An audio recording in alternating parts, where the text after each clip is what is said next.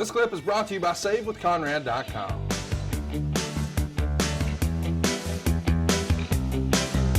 So, and then you know I got to see as you saw on the show on Friday, I got to see Homicide for the first time.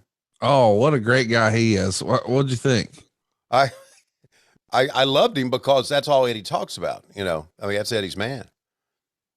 And I hope we see him more. Just good guy. So, and Eddie after the show was like, really after the show, Eddie Kingston was again very emotional, and actually he was crying because of, if you think about, you know, his journey. Oh, it's unbelievable. His story is unlike most in wrestling, and without AEW, I don't think that opportunity would have been afforded to him. You talk about the right place, right time. It's unbelievable. But yeah, by the way, I know a lot of our listeners are probably not AEW viewers on the reg, and they're just here for Jim Crockett Promotions. We'll get there. Yeah. Let me say, if you're an old school Jim Crockett fan, you would love you some Eddie Kingston, because he could wrestle, but he's a promo and a half. Yeah. And I wish every wrestling show I ever watched, forever and ever, amen, included an Eddie Kingston promo. I'd be fine with it. I know he's not on WWE. Hell, just slide something in there. I'll watch it. I'm in.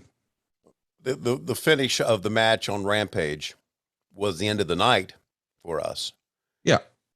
And when you see Eddie Kingston with that kendo stick going crazy, that was Eddie letting off emotion about the night. Yeah. So that to me was just a great way to end the entire night that we had. The fans hung with us. I thought, man, we got basically 4 hours TV we're going to put in front of them. It was a little bit less than 4 hours, obviously, but of wrestling.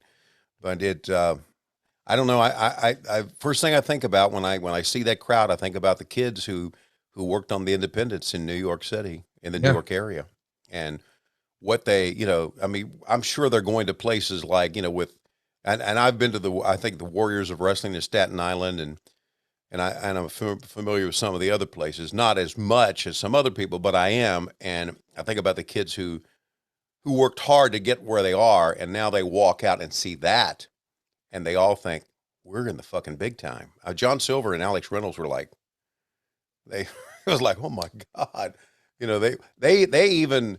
There was even a point to where guys walked out early in the day and looked around at the seats and were going like, holy shit. Yeah. Look at the place we're working, right? Yeah. And there was a part of me that, because I'm a curmudgeon, that went, holy shit, this big arena for a fucking tennis match? What the fuck? Because tennis fucking sucks. And this arena is pretty big. So it was great. And I don't think AEW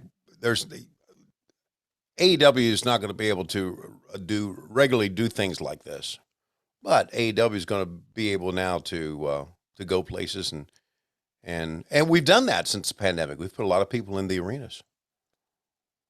So, and we're kind of running through the Northeast as well. Rochester coming up, and as with this drops tonight, Rochester will be tonight in New York, and then we go to Philadelphia. We're going to be in Boston very soon. So,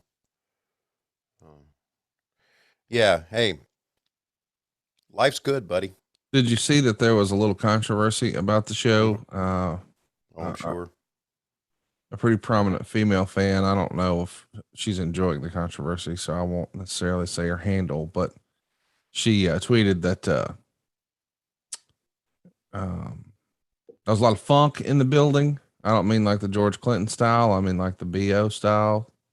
She was complaining that AEW fans, or well, wrestling fans, were smelly.